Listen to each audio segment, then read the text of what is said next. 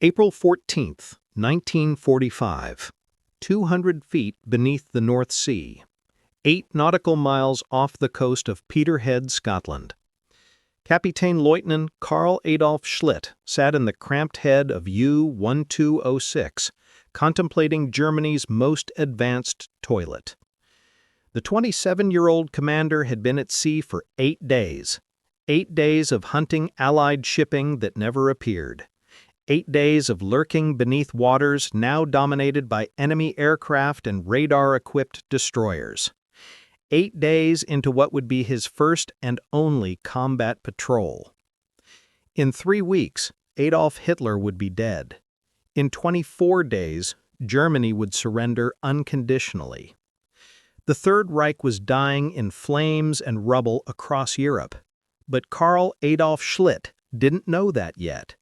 What he did know was that he needed to use the facilities, and that the toilet in front of him represented the pinnacle of German naval engineering, a masterpiece of valves, pressure chambers, and pneumatic systems designed to solve a problem that had plagued submariners since the first U-boat descended into the depths.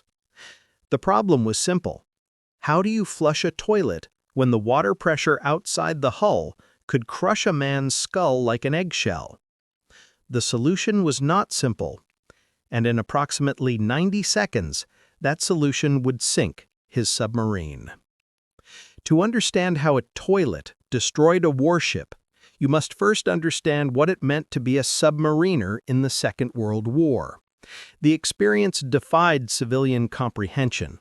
It was existence reduced to its most primitive elements, wrapped in steel and surrounded by death. The Type 7C U-boat measured 220 feet from bow to stern and 20 feet across at its widest point. Within that steel cylinder lived between 44 and 52 men. They shared 2 toilets. One of those toilets was typically used to store food for the first weeks of patrol, reducing the available facilities to a single head for 50 men. The space inside a Type 7C U-boat was not designed for human comfort. It was designed to killing. 4 torpedo tubes pointed forward like the barrels of enormous guns. One faced aft. 14 torpedoes lined the interior, some stored beneath crew bunks where men slept inches from high explosives containing enough TNT to destroy a cruiser. The sleeping arrangements themselves were a study in desperate efficiency. Only 35 bunks existed for crews that often exceeded 50 men. Hot bunking became standard practice. As one man crawled out of his narrow berth to begin his shift, another crawled in to occupy the warmth he left behind. 2 massive Germania-Werft F-46 diesel engines, 6 cylinders each, produced 3,200 horsepower when the boat ran on the surface. They filled the engine room with deafening thunder that required men to shout directly into each other's ears to communicate. The exhaust fumes permeated everything. Oil coated every surface. The heat in the engine room could exceed 100 degrees Fahrenheit in tropical waters. Below the deck plates, 120 individual battery cells provided power for submerged operations. These cells contained sulfuric acid. They produced hydrogen gas when charging. They required constant monitoring to prevent catastrophic failures. And when seawater contacted their acid-filled interiors, they produced chlorine gas. Every cubic inch of the submarine served a purpose. There was no wasted space. Canned food hung from pipes and valves like strange fruit. Fresh provisions occupied the forward torpedo room until consumed, forcing crew members to climb over sausages and bread loaves to reach their battle stations. The galley was a single hot plate, barely large enough to prepare meals for 50 men. The food itself degraded rapidly in the humid, diesel-soaked atmosphere. Fresh bread grew mold within days. The meat spoiled. Even canned goods took on the taste of diesel fuel and mildew. The smell defied description. Diesel fuel, unwashed bodies, mildew, rotting food, bilge water containing whatever had leaked from every system aboard. The peculiar tang of battery acid seemed to permeate the steel itself. Human waste from the single operational toilet. The sulfurous odor of men who hadn't bathed in weeks. Veterans described it as something you never forget. Something that stayed in your clothes and your hair and your skin for weeks after returning to shore. Something that became so normal after 2 weeks at sea that you stopped noticing it until you came back from patrol and watched civilians recoil in disgust from your presence. Fresh water was rationed to half a liter per man per day, for drinking only. Diesel tanks were given priority over water storage because fuel extended the submarine's operational range. Shaving was forbidden because it wasted water. Bathing was impossible. Deodorant was distributed in a futile attempt to control the overwhelming body odor. Salt crystals formed on skin and clothing as men sweated in the confined spaces. Beards grew wild and matted. Eyes sunk into heads from exhaustion and strain and vitamin deficiency. The psychological pressure matched the physical misery. Submariners lived with the constant awareness that a single mistake, a single mechanical failure, a single moment of bad luck could mean death for everyone aboard. There was no escape from a submarine at depth. The pressure would crush any man who tried to swim to the surface from operational depth. Even at periscope depth, the bends could kill a swimmer who ascended too quickly. The crew operated on strict shifts, 4 hours on, 8 hours off for specialists. Constant vigilance for the watchmen. Sleep came in fragments, interrupted by alarms and course changes, and the endless anxiety of operating in enemy waters. Men developed what German naval physicians called U-boat neurosis, insomnia, paranoia, depression, irrational fears that grew worse with each patrol. And then there was the matter of the toilets. The early U-boats had a simple sanitation system. Waste collected in tanks mounted inside the pressure hull. When the tanks filled, the boat surfaced, and the contents were blown overboard using compressed air. The procedure was undignified but effective. It worked adequately when submarines spent most of their time on the surface, diving only to attack or escape. But by 1943, Allied air power had made surface operations suicidal. Long-range patrol aircraft equipped with radar could detect a surfaced U-boat from miles away. The Bay of Biscay, through which German submarines had to transit from their French bases to reach the Atlantic shipping lanes, became a killing ground. Aircraft appeared without warning, attacking before the submarine could crash dive to safety. U-boats were spending weeks submerged, running on electric motors and snorkels, hiding from the aircraft that seemed to fill every square mile of ocean. Surface time was measured in minutes rather than hours. Battery charging became a race against detection. The waste tanks filled, and filled, and filled. The stench became unbearable, even by U-boat standards. More importantly, the tanks occupied space and weight that could be used for fuel, food, or torpedoes. Every pound mattered in a submarine designed around the most aggressive weight reduction possible. The waste storage system represented a compromise that German engineers found intolerable. So they set out to eliminate it entirely. The solution was the Tiefswassereinrichtung, the deep water discharge system, a high-pressure toilet that could flush directly into the sea at any depth the submarine might operate. The concept was elegant in theory. Instead of storing waste and surfacing to dispose of it, the new system would allow discharge at operational depth. A series of high-pressure valves and chambers would overcome the crushing water pressure outside the hull and expel waste directly into the sea. Submarines could remain submerged indefinitely, limited only by food and battery power rather than the capacity of their septic tanks. The execution was nightmarishly complicated. The standard toilet on a Type VIIC was already an exercise in careful procedure. A submarine head bore no resemblance to civilian plumbing. The bowl connected to a series of valves that separated the interior of the submarine from the ocean outside. Operating these valves in the wrong sequence could allow seawater to flood the compartment, or worse, it could allow pressurized contents to spray back into the operator's face with considerable force. Every new sailor received training on proper toilet procedure. Every veteran had a story about someone who hadn't paid attention. The consequences ranged from humiliating to dangerous. But the new deep-water system made the standard head look like child's play. The Tiefswasserinrichtung operated on the principle of staged pressure chambers. The user would first deposit waste into an initial collection chamber at normal atmospheric pressure. This chamber was then sealed using specific valves in a specific sequence. High-pressure air from the submarine's compressed air tanks forced the contents into a secondary chamber. More valves, more pressure equalization. Finally, the waste reached an outer chamber connected to the sea through hull valves, where tremendous pressure expelled it into the depths. Each stage required precise timing. Each valve had to be opened and closed in exact sequence.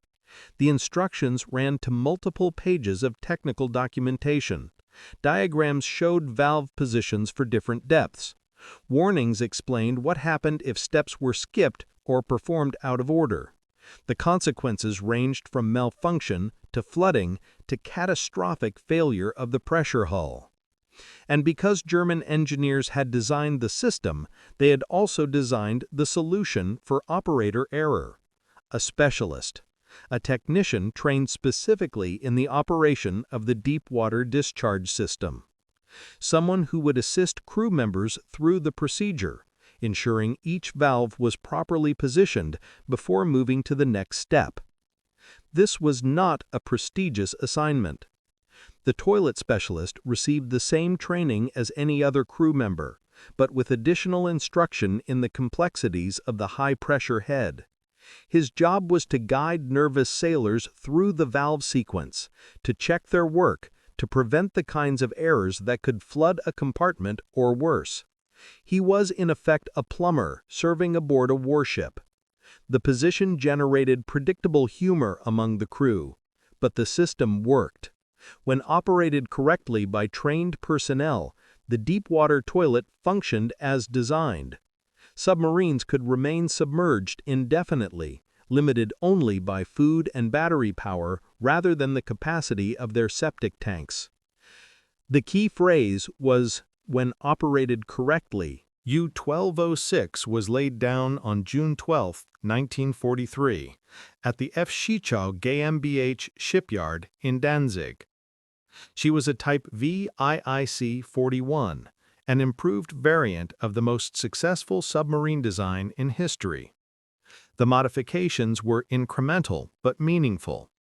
The pressure hull thickness increased from 18.5 mm to 21 mm, improving the maximum diving depth by approximately 20%.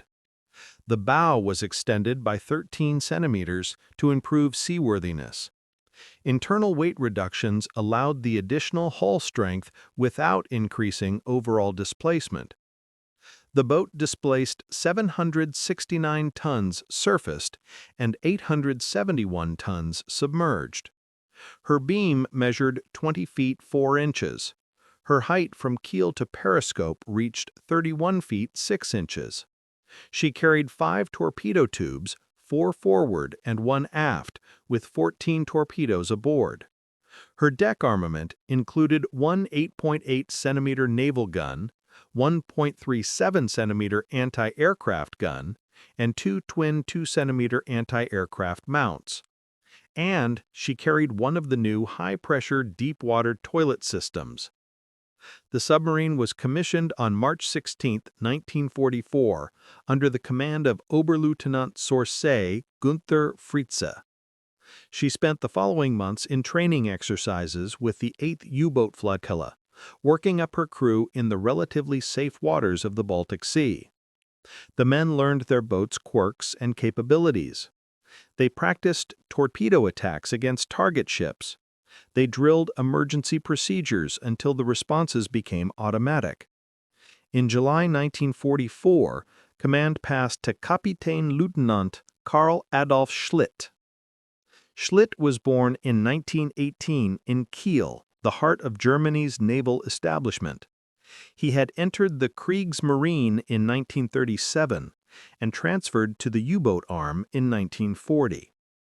He served as a watch officer and first officer on multiple boats, learning his trade under experienced commanders during the years when U-boats still threatened to strangle Britain's Atlantic lifelines. By 1944, those days were fading memories. The year U-1206 entered service, Germany lost 250 U-boats to Allied action. The monthly toll sometimes exceeded 20 submarines. The exchange rate that once saw U-boats sinking dozens of ships for each submarine lost had reversed catastrophically. Now, the Allies were sinking U-boats faster than Germany could build them, while convoy losses declined month after month. The causes were multiple and devastating. The Allies had cracked the Enigma codes that protected German naval communications. Every radio transmission from Dönitz to his U-boats, every contact report from submarines to headquarters, every tactical order and position update was being intercepted, decoded, and acted upon.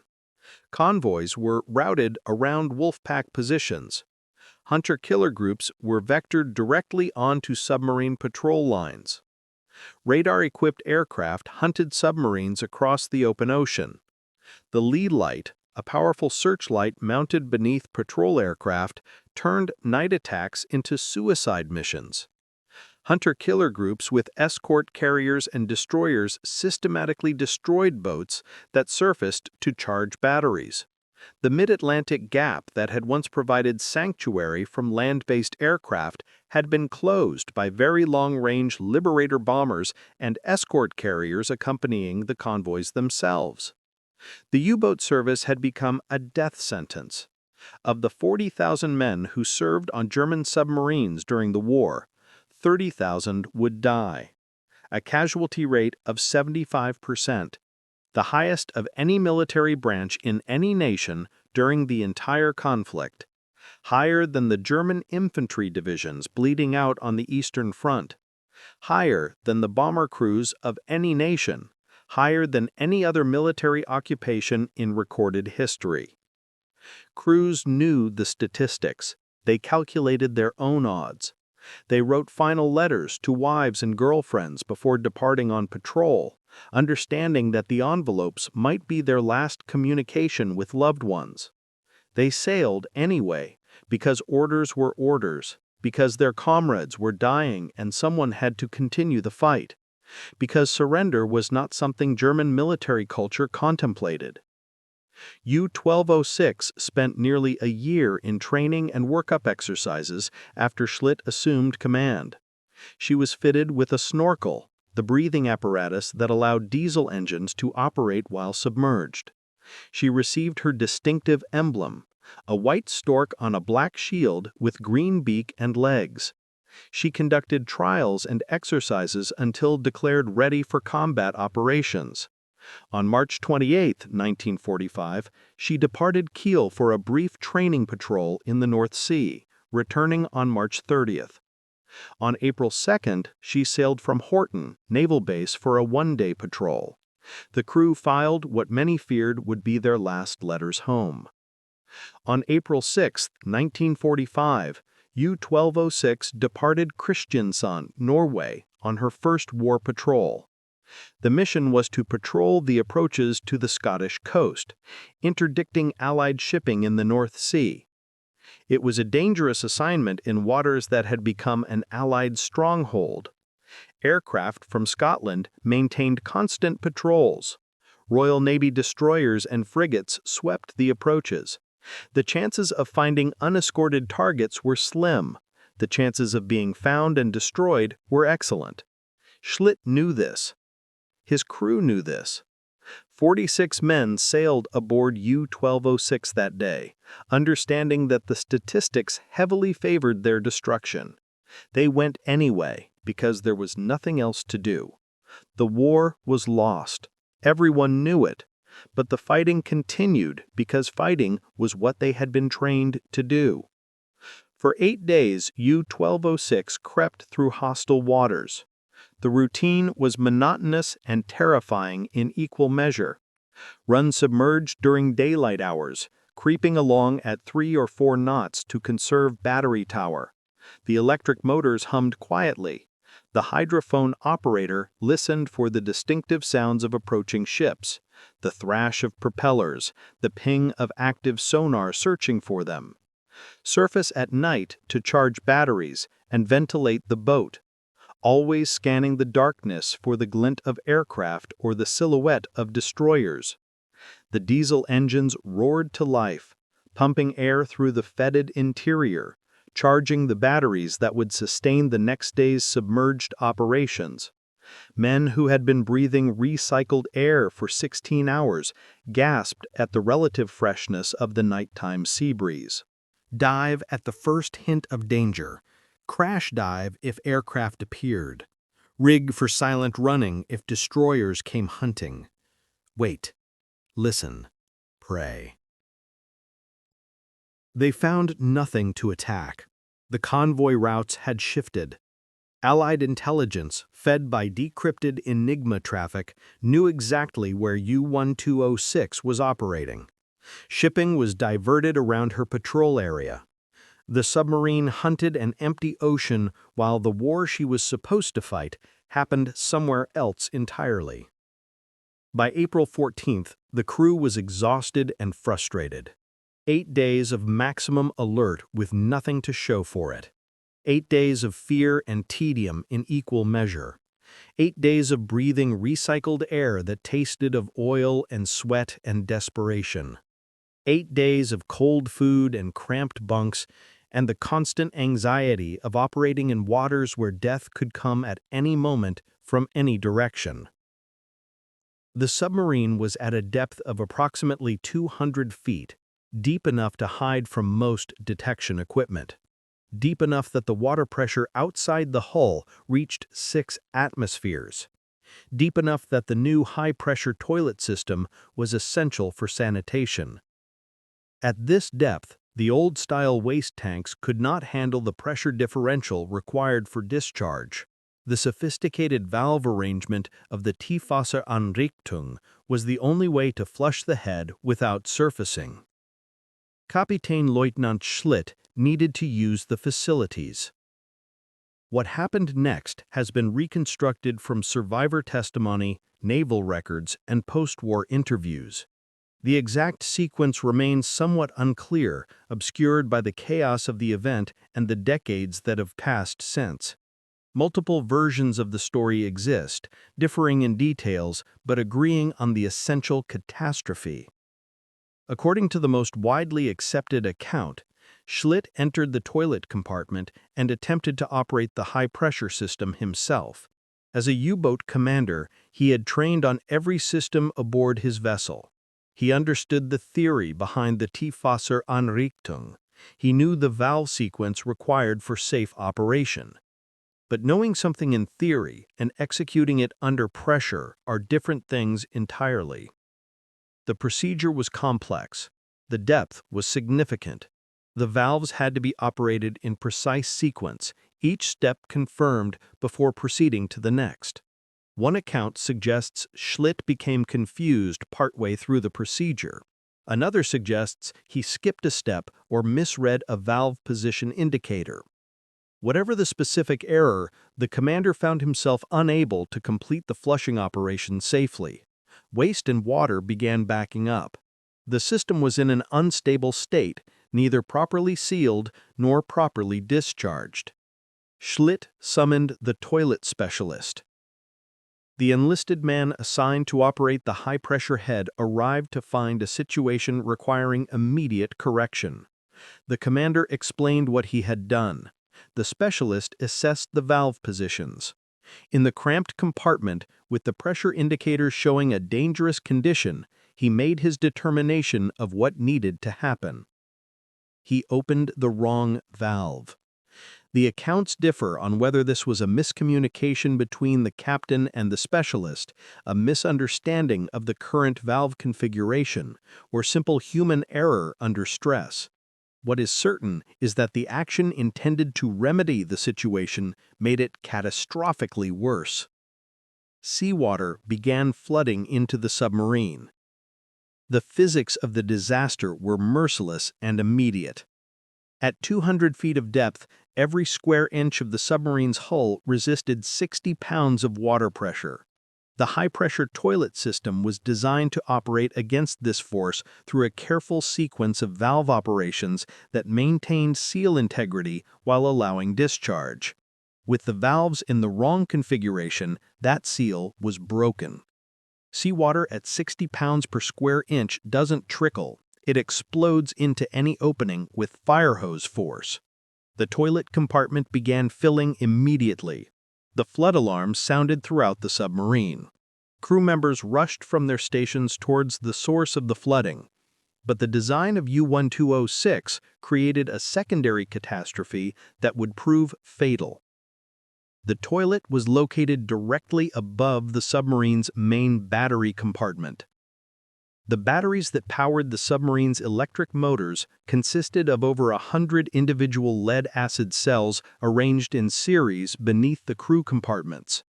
These cells contained sulfuric acid as their electrolyte. They produced the electric current that drove the submarine when submerged. They were essential to the boat's operation and survival. They were also deadly when contaminated. Lead-acid batteries and seawater create a chemical reaction. The reaction produces chlorine gas. Chlorine was one of the first chemical weapons used in World War I.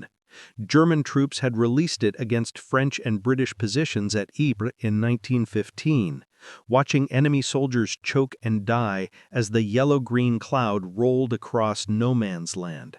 The gas is heavier than air. It settles into low areas, into trenches and bunkers, and the compartments of submarines. In sufficient concentration, chlorine destroys the respiratory system. The gas reacts with moisture in the lungs to form hydrochloric acid. Victims experience immediate burning of the eyes, nose, and throat. Higher concentrations cause the lungs to fill with fluid as tissue breaks down. Victims drown in their own bodily fluids as their respiratory systems dissolve. Death can occur in minutes at high concentrations. The seawater pouring through the compromised toilet system drained directly into the battery compartment below. Within seconds, the chemical reaction began. Within minutes, the first wisps of chlorine gas began rising throughout the submarine's interior. The crew of U-1206 faced an impossible choice. They could remain submerged and suffocate as the chlorine concentration built to lethal levels, or they could surface in waters patrolled by Allied aircraft and face destruction from above. Kapitän Leutnant Schlitt ordered the boat to surface. U-1206 began her emergency ascent. Compressed air screamed into the ballast tanks, forcing out seawater to provide positive buoyancy. The submarine rose through 200 feet of water, her hull groaning as the pressure differential changed. The flooding had caused enough damage that the boat was dangerously heavy. Schlitt ordered torpedoes jettisoned to improve buoyancy. The ready weapons in the tubes were fired without targets, their warheads speeding off into empty ocean, anything to lighten the stricken submarine. The crew scrambled to battle stations even as chlorine gas spread through the lower compartments. Gunners prepared to man the anti-aircraft weapons the moment the conning tower broke the surface.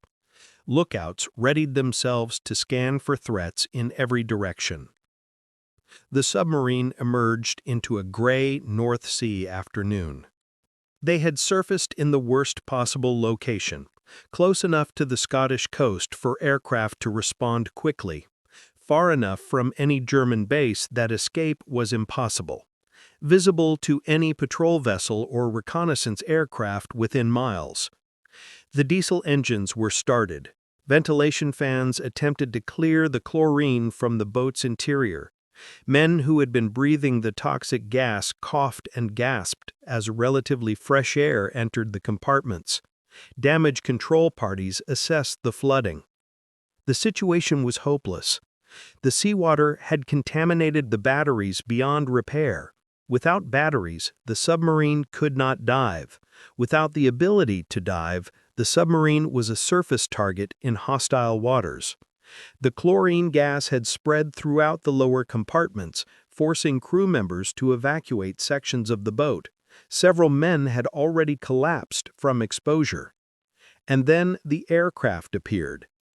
The British patrol aircraft spotted the surfaced submarine almost immediately. Historical records do not definitively identify the specific aircraft or squadron involved. Various accounts suggest a Catalina flying boat, a Sunderland, or possibly a B-24 Liberator. Whatever its type, the aircraft was equipped for anti-submarine warfare. It carried depth charges or bombs. Its crew had trained for exactly this situation. The pilot reported the contact and began positioning for attack. U-1206 was in no condition to resist. The anti-aircraft guns were manned, but the crew was disorganized and suffering from chlorine exposure. The boat could not dive. Running on the surface meant certain destruction when the aircraft completed its attack approach. Schlitt made his final command decision. The boat was lost. Nothing could save her. The only question was whether the crew would die with her or survive as prisoners. The war was clearly lost. Germany would surrender within weeks. Dying here, now, would accomplish nothing except adding more names to the casualty lists. Scuttle the boat. Save the crew.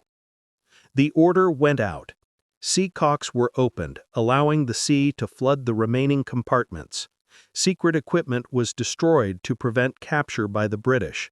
Codebooks were weighted and thrown overboard. Anything of intelligence value was eliminated. The crew abandoned ship, leaping into the frigid North Sea. Life rafts were deployed. Men struggled in water cold enough to kill within minutes if rescue did not arrive. U-1206 settled by the stern, her bow rising briefly toward the sky before the weight of flooding dragged her under.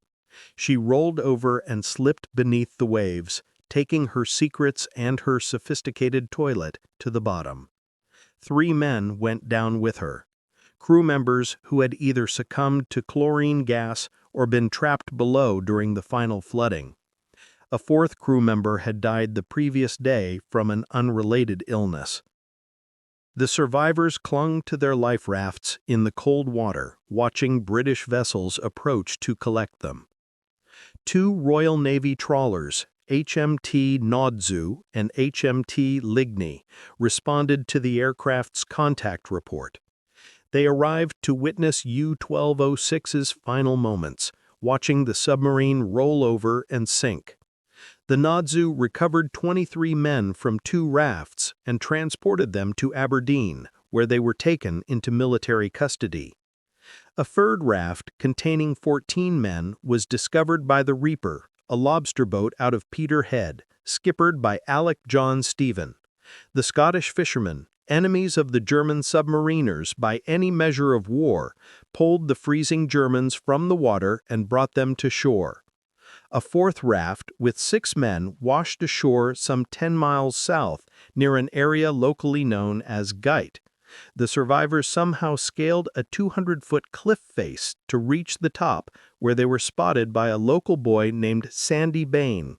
The young man sprinted 2 miles to the nearest telephone to report the German sailors to the authorities. 46 men had sailed from Kristiansand 8 days earlier. 3 died in the sinking. One had died the day before from illness. 42 survivors became prisoners of war. Local civilians, including a woman named Mary Pratt, greeted the shivering Germans with cups of tea. The Scottish response to shipwrecked sailors, even enemy sailors, was humanitarian before it was martial. The prisoners were processed through military channels and spent the remaining weeks of the war in captivity. The war in Europe ended 24 days later.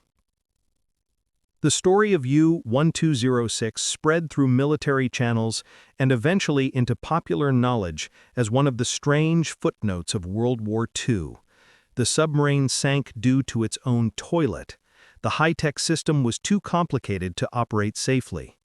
The engineering hubris that placed sophisticated equipment in the hands of exhausted men under impossible stress.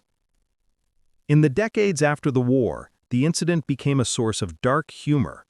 The punchlines wrote themselves. Death by toilet. The captain who couldn't flush. The most embarrassing way to lose a warship in naval history. Karl Adolf Schlitt, for his part, disputed the toilet story for the rest of his life. In his official report, he claimed to have been in the engine room when informed of a malfunction involving the forward head. He stated that a mechanic had attempted to repair the outboard vent and something had gone wrong. He suggested the vent indicator might have given false readings. In later years, according to some accounts, he told a different story entirely. One version suggests he admitted to inventing the toilet malfunction as a cover story, claiming he had actually decided to surrender and scuttled the boat deliberately. The toilet explanation provided a face-saving alternative that protected his crew from being labeled cowards or deserters in prisoner-of-war camps. The truth may never be known with certainty. Schlitt died on April 7, 2009 at the age of 90, having outlived all of his crew members. His widow reported that he remained proud of his service as a U-boat commander and enjoyed discussing his wartime experiences. But the specific details of what happened in that toilet compartment on April 14, 1945, went with him. The wreck of U-1206 was discovered in the mid-1970s during survey work for the BP Forties Field oil pipeline. She lies in approximately 230 feet of water, 12 miles off Cruden Bay in Aberdeenshire. Divers who have visited the site report the submarine is in remarkably good condition, despite decades on the seabed. The conning tower stands upright. The hull is largely intact. The anti-aircraft guns and periscopes have been knocked off by trawl nets, but the basic structure remains recognizable as a Type VIIC submarine. The toilet is presumably still there, somewhere in the debris. The system of valves and chambers was too complicated for safe operation at depth, the engineering masterpiece that killed its creators. But U-1206 was more than a punchline. Her story represents something larger than a single embarrassing incident. She was a metaphor for the entire German war effort in microcosm. Brilliant engineering, undermined by impossible circumstances. Technical sophistication defeated by simple physics. The attempt to solve every problem with more complexity, more precision, more expertise, and the inevitable failure when reality refused to cooperate with theory. The German military was famous for its engineering excellence. The Messerschmitt 262 jet fighter, the world's first operational jet-powered combat aircraft. The V-2 ballistic missile, the first man-made object to reach space. The Tiger tank, with its 88mm cannon and armor thick enough to stop almost anything the Allies fielded. The Type 21 submarine with its revolutionary underwater performance. Weapons that were, individually, superior to anything their opponents produced. And yet Germany lost. The toilet on U-1206 illustrated why. The high-pressure discharge system was a sophisticated solution to a genuine problem. It worked as designed in controlled conditions. It required specialized training and careful operation. It assumed everything would function exactly as specified. In combat, nothing functions exactly as specified. Exhausted men make mistakes. Stress degrades performance. Equipment fails in unexpected ways. The enemy takes actions that disrupt carefully laid plans. Reality is messy and unpredictable, and utterly indifferent to elegant engineering solutions. The Americans understood this instinctively. Their weapons were designed for reliability under adverse conditions. Their tanks were easy to maintain by poorly trained crews. Their aircraft could be repaired in field conditions with limited tools. Their submarines used simple systems that worked predictably at any depth. Good enough was good enough. The Germans built masterpieces. The Americans built tools. The tools won. The broader story of German U-boats follows the same trajectory as their sophisticated toilets. Early triumph followed by systematic defeat. Technical excellence crushed by industrial capacity and adaptive tactics. In 1940 and 1941, German U-boats nearly strangled Britain. The fall of France in June 1940 transformed the strategic situation at sea. Suddenly, German U-boats had bases on the Atlantic coast, hundreds of miles closer to the convoy routes than their Baltic and North Sea ports had allowed. The distances they needed to travel to reach hunting grounds shrank dramatically. The time they could spend on patrol increased proportionally. What followed became known as the First Happy Time. From July 1940 to the spring of 1941, U-boat aces like Otto Kretschmer, Günter Prien, and Joachim Schepke devastated Allied shipping with near impunity. Kretschmer alone sank over 270,000 tons of shipping, earning the nickname Silent Otto for his preference for patient, methodical attacks. Prien became a national hero after penetrating the British fleet anchorage at Scapa Flow and sinking the battleship HMS Royal Oak at anchor. In October 1940, convoy SC-7 lost 20 of 35 ships in a single wolf pack attack. 7 were sunk by Kretschmer. The escorts, inadequate in number and inexperienced in tactics, could not protect their charges. The Germans operated at night, on the surface, where their low silhouettes made visual detection nearly impossible, and where British sonar was useless. Karl Dönitz, commanding the U-boat arm from his headquarters in Lorient, developed tactics that maximized his limited forces. The wolf packs spread across convoy routes, reporting contacts by radio. When a convoy was located, Dönitz concentrated multiple submarines for coordinated night attacks. The system exploited German strengths and Allied weaknesses with ruthless efficiency. The Admiralty in London watched the casualty figures climb with growing horror. Winston Churchill later wrote that the U-boat threat was the only thing that really frightened me during the war. Britain's survival depended on imported food, fuel, and raw materials. If the shipping lanes were severed, the island nation would starve. But the First Happy Time could not last. In March 1941, within a span of 2 weeks, the 3 greatest U-boat aces were removed from the war. Prien went down with U-47 during an attack on convoy OB-293, presumably destroyed by depth charges. Schepke died when HMS Vanek rammed his conning tower while he was standing on it. Kretschmer was captured after depth charges from HMS Walker forced him to scuttle U-99. The triple loss shocked German Naval Command. Propaganda delayed announcing Prien's death for weeks, fearing the impact on public morale.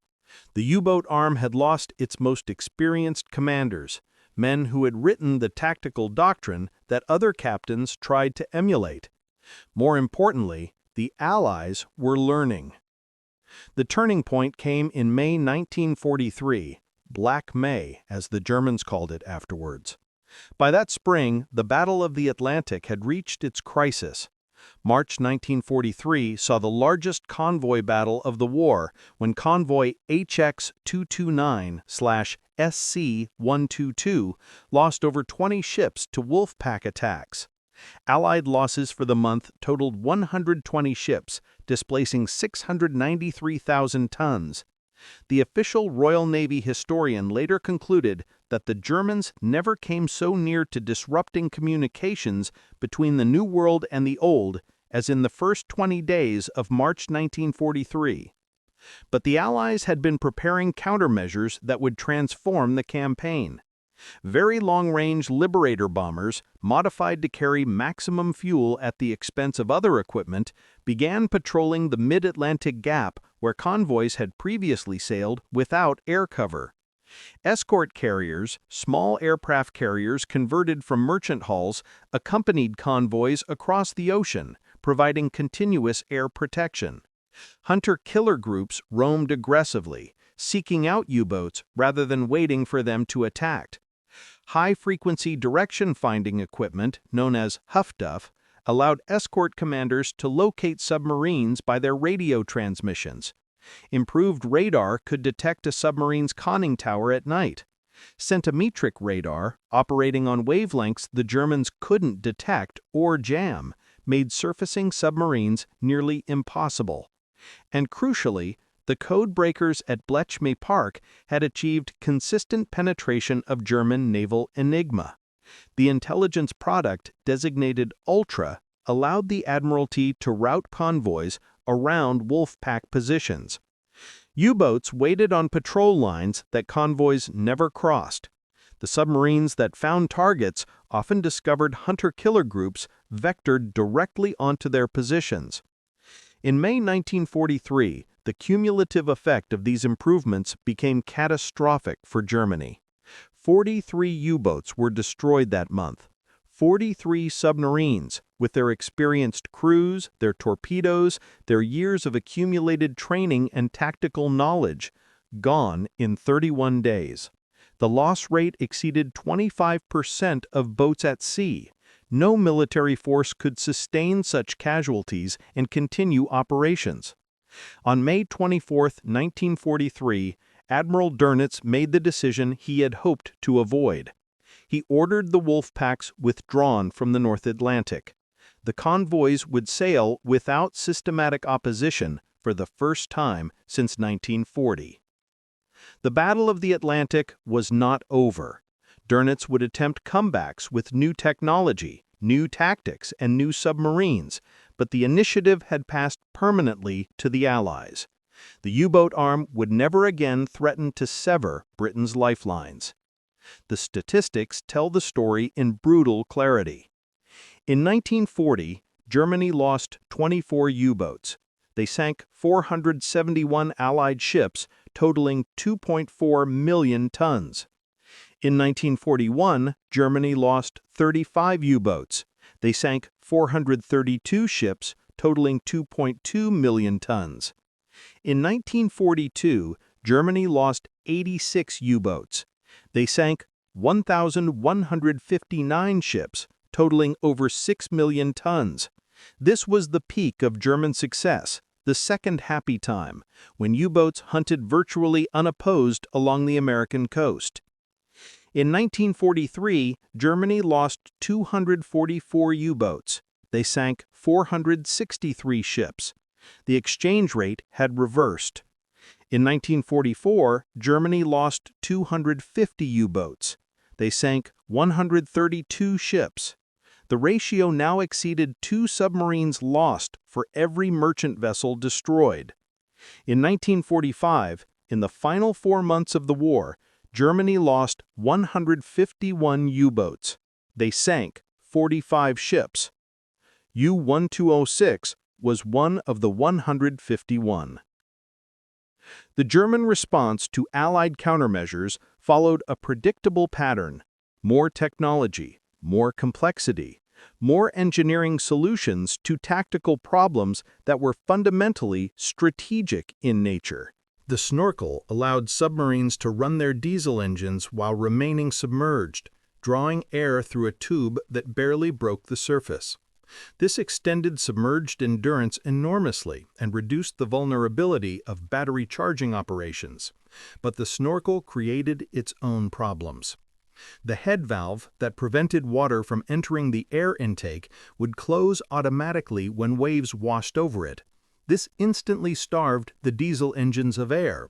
The engines would then draw their oxygen from the submarine's interior, creating a partial vacuum that caused excruciating ear pain and sometimes ruptured eardrums.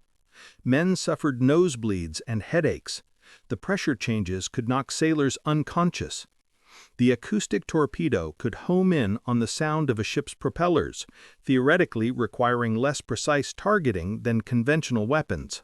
But it could also home in on the U-boat's own propellers if launched at slow speed or incorrect angles. Several submarines were destroyed or damaged by their own homing torpedoes. The Type 21 submarine incorporated all the lessons of the Atlantic campaign into a revolutionary design. Massive battery capacity tripled submerged endurance. A streamlined hull reduced underwater drag.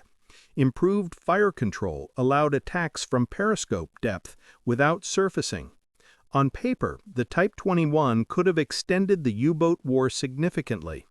In practice, fewer than 120 were completed before the war ended. Only 4 conducted war patrols.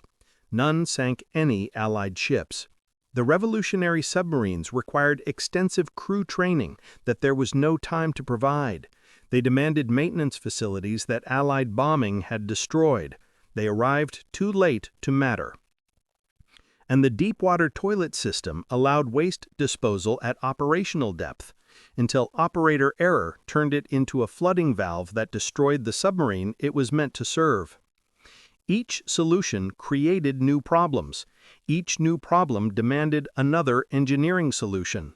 The complexity compounded until even simple operations required specialists and procedures that exhausted crews couldn't reliably execute under combat conditions.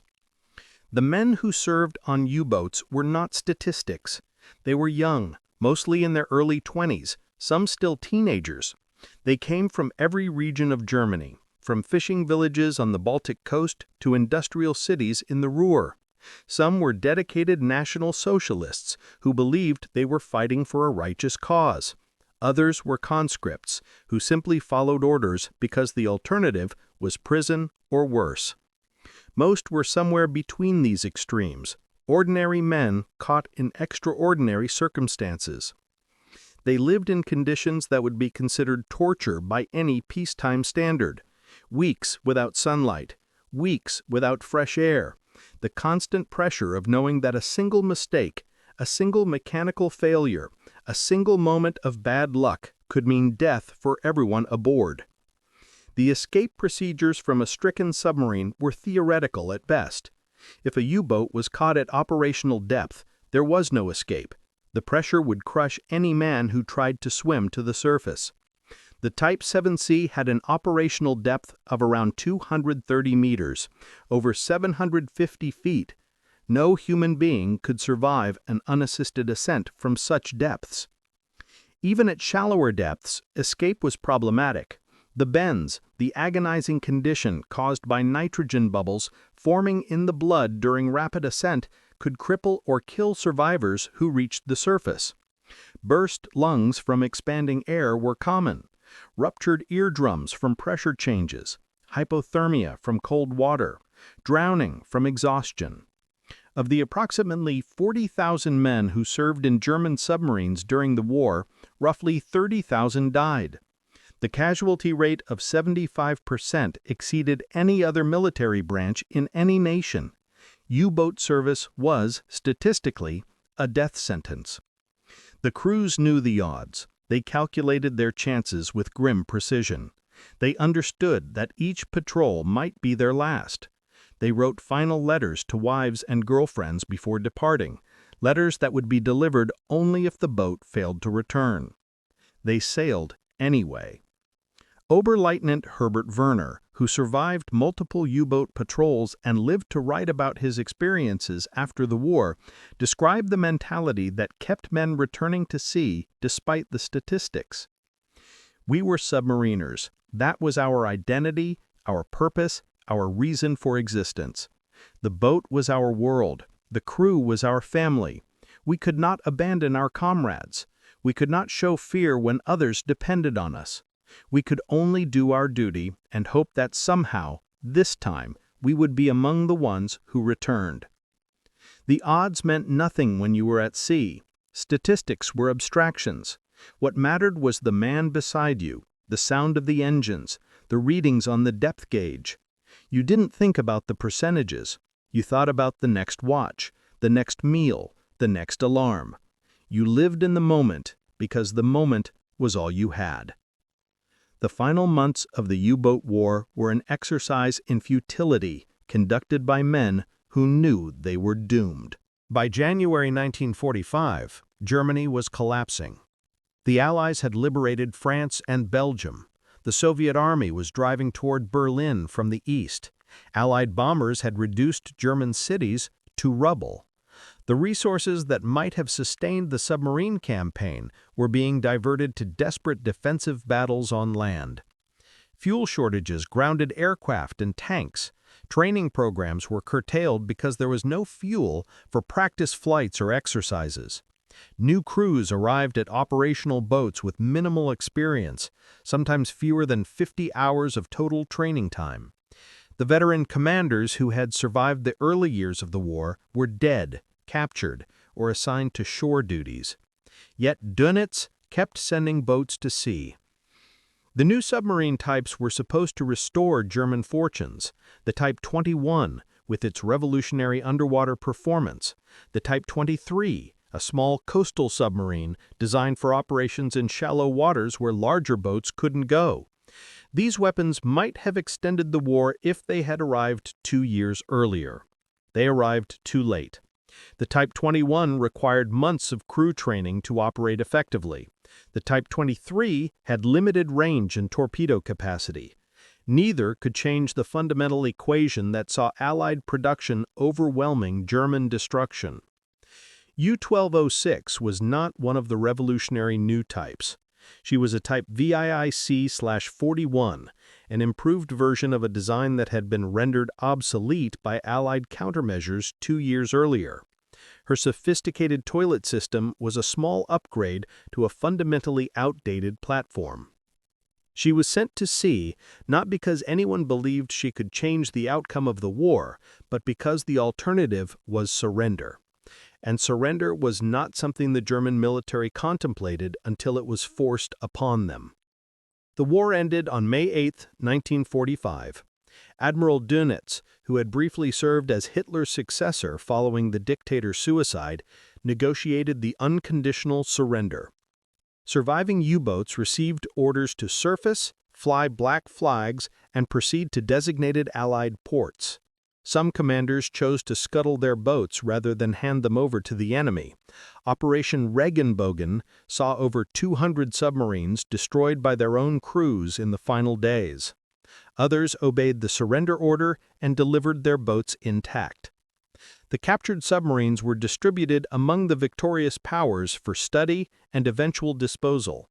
Many were sunk in deep water during Operation Deadlight, a British program that disposed of over 100 U-boats in the Atlantic. Others were scrapped.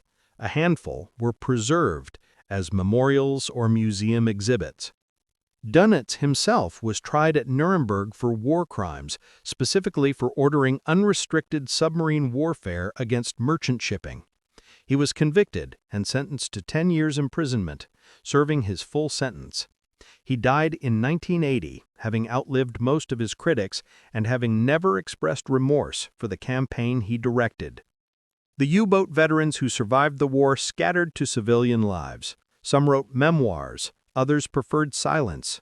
Many struggled with survivor's guilt, haunted by memories of comrades who did not return. The camaraderie that had sustained them at sea proved difficult to replicate in peacetime. The Battle of the Atlantic was the longest continuous military campaign of World War II. It lasted from the first day of the war to the last, 2,075 days of uninterrupted combat. It cost both sides more casualties than many of the famous land campaigns that dominate historical memory. Germany lost 785 U-boats destroyed and over 30,000 submariners killed. The Allies lost 3,500 merchant ships, 175 warships, and approximately 72,000 naval and merchant marine personnel. The campaign decided nothing that would not have been decided anyway. Germany was going to lose the war regardless of what happened in the Atlantic. The Soviet Union was grinding the Wehrmacht to destruction on the Eastern Front. American industrial capacity was overwhelming Axis production in every category. The U-boat campaign delayed the inevitable, but could not prevent it. Yet the men who fought it, on both sides, believed they were engaged in decisive struggle. The sailors who died in torpedoed merchant ships believed their sacrifice mattered. The submariners who sailed to near certain death believed they were serving their country. The escorts who hunted U-boats through North Atlantic storms believed they were saving civilization. Perhaps they were right. Perhaps the Battle of the Atlantic was decisive in ways that cannot be measured in ships sunk and submarines destroyed. Perhaps the demonstration of Allied determination, the willingness to accept terrible losses rather than submit to blockade, contributed to the ultimate victory in ways that transcend accounting. Or perhaps it was simply slaughter, industrial in scale and mechanical in execution, accomplishing nothing except the generation of casualty statistics. The dead cannot tell us which interpretation they would prefer. U-1206 contributed exactly nothing to either side's war effort. She sank no ships, she damaged no targets. She diverted no Allied resources beyond the aircraft and vessels that witnessed her end. Her patrol accomplished nothing except her own destruction. 3 men died when she sank. 1 had died the day before from illness.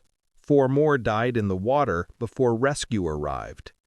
8 lives in a war that consumed 70 million. A toilet malfunction in a conflict defined by industrial slaughter on continental scales. A footnote to a footnote in the history of a campaign that itself receives less attention than the land battles that decided the war. And yet those 8 men had names. They had families who mourned them. They had futures that were erased by a valve opened in the wrong sequence. 200 feet beneath the North Sea, 8 days into a patrol that would accomplish nothing except their deaths. Emil Kupisch, age unknown, died in the sinking. Karl Koren, age unknown, died in the sinking. 1 additional crew member, whose name is lost to history, died in the sinking. Gerhard Hoenkes, age unknown, died the day before from illness. 4 additional men, whose names are unrecorded in available sources, died of exposure in the water. They served their country, they followed orders, they sailed into waters they knew were hostile, aboard a submarine they knew was obsolete, against an enemy they knew was winning. They did their duty as they understood it, and they died because someone opened the wrong valve on a toilet. The lesson of U-1206 is not about toilets. It is about the limits of engineering, the seduction of complexity, the faith that technical solutions can overcome any problem if only enough brilliant minds apply themselves to the task. Germany had the best engineers in the world. Their universities trained specialists who designed weapons that were marvels of precision and capability. Their factories produced equipment that performed superbly under ideal conditions. Their military operated systems of extraordinary sophistication. And they lost. They lost because engineering exists within constraints, budget and time and resources, and human capability. The enemy's ability to adapt, the thousand variables that separate laboratory performance from battlefield reality. The deep-water toilet system worked perfectly in testing. It worked perfectly in the controlled conditions of training exercises, with rested operators following procedures precisely, with time to correct errors before they became catastrophic. It failed when operated by exhausted men at combat depth in enemy waters, with lives depending on everything functioning exactly as designed, with no margin for the kinds of errors that human beings inevitably make under stress. War is not a controlled condition. The Americans understood this. Their equipment was designed for reliability under adverse conditions. Their systems assumed operators would be tired, stressed, undertrained, and prone to mistakes. Their engineering philosophy prioritized robustness over peak performance. American submarines used simple sanitation systems that worked reliably regardless of depth or operator fatigue. They were less elegant than the German solution. They required more space and generated more unpleasant odors. They didn't solve the problem as completely or cleverly as the deep water facility, but they didn't sink submarines. The Americans built adequate weapons by the tens of thousands. The Germans built magnificent weapons by the hundreds. The adequate weapons won because there were more of them, because they could be operated by average soldiers, because they kept working when conditions deteriorated. Good enough defeated excellence. Reliability defeated sophistication. Simplicity defeated complexity. The wreck of U-1206 lies in the cold water of the North Sea, a monument to the limits of human ingenuity. Her sophisticated systems have long since corroded into rust and sediment. The batteries that produced chlorine gas have dissolved into chemical compounds indistinguishable from the surrounding seabed. The pressure hull that was meant to protect her crew has become a habitat for marine life, indifferent to the human tragedy it once contained. The torpedo tubes are empty. The guns are gone, knocked away by decades of fishing trawlers dragging their nets across the site.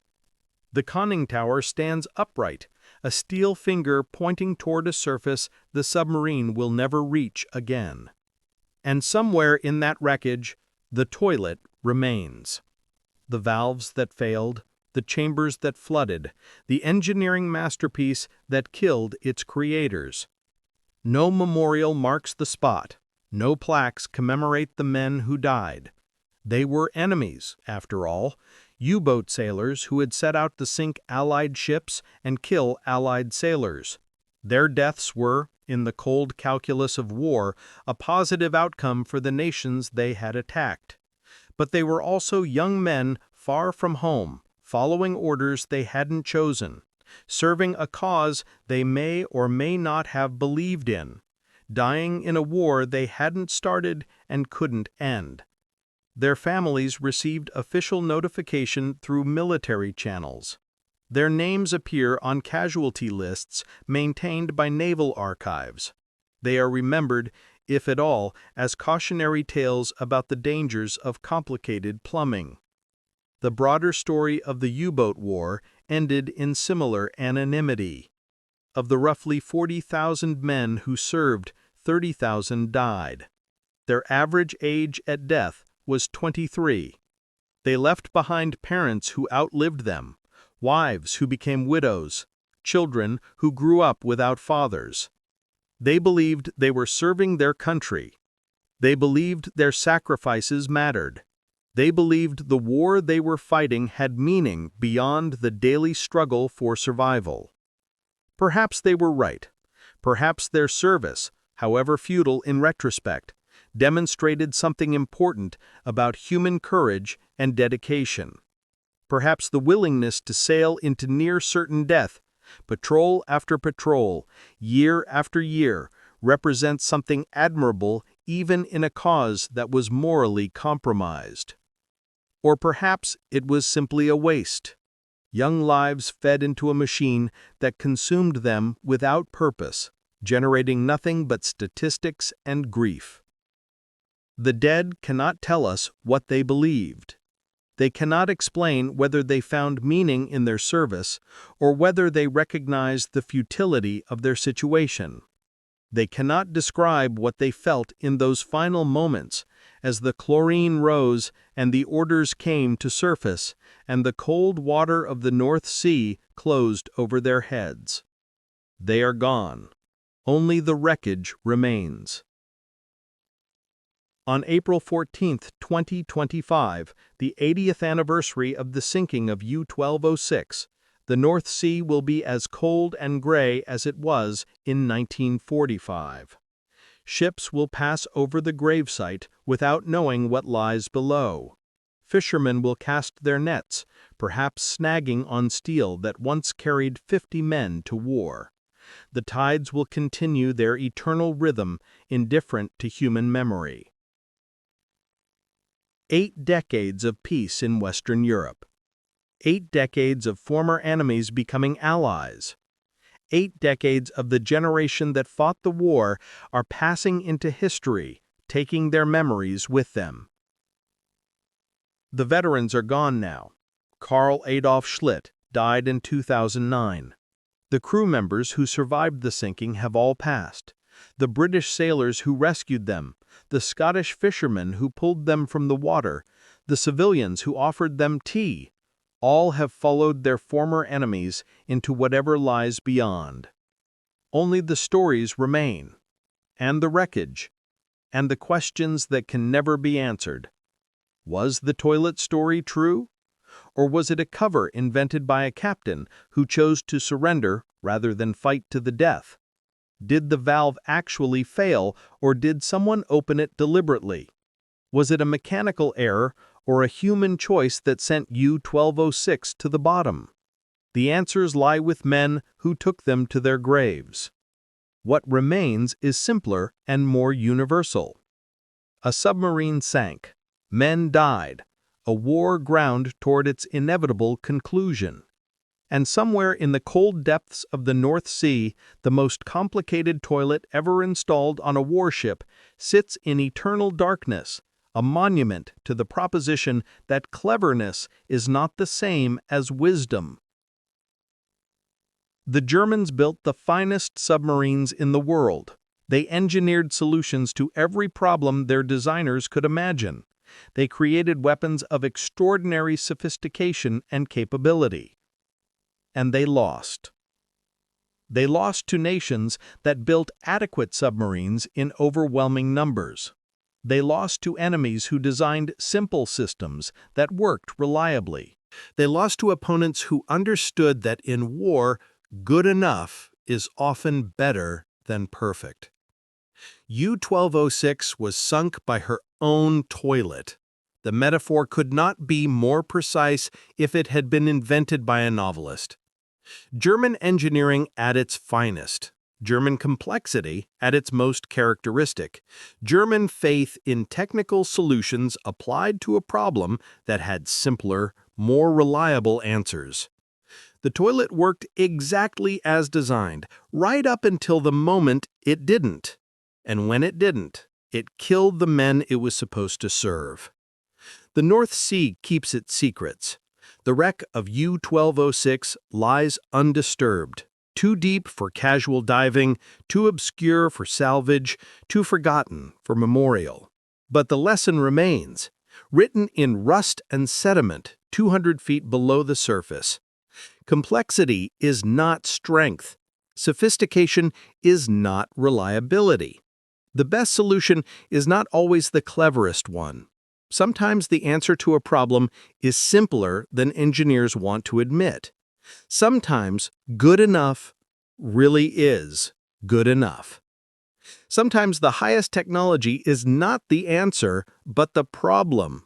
And sometimes, when you're 200 feet beneath the North Sea, with enemy aircraft overhead and chlorine gas rising through your submarine, and your crew looking to you for salvation, you would give anything, everything, for a bucket and a rope and a solution simple enough that no one could possibly get it wrong.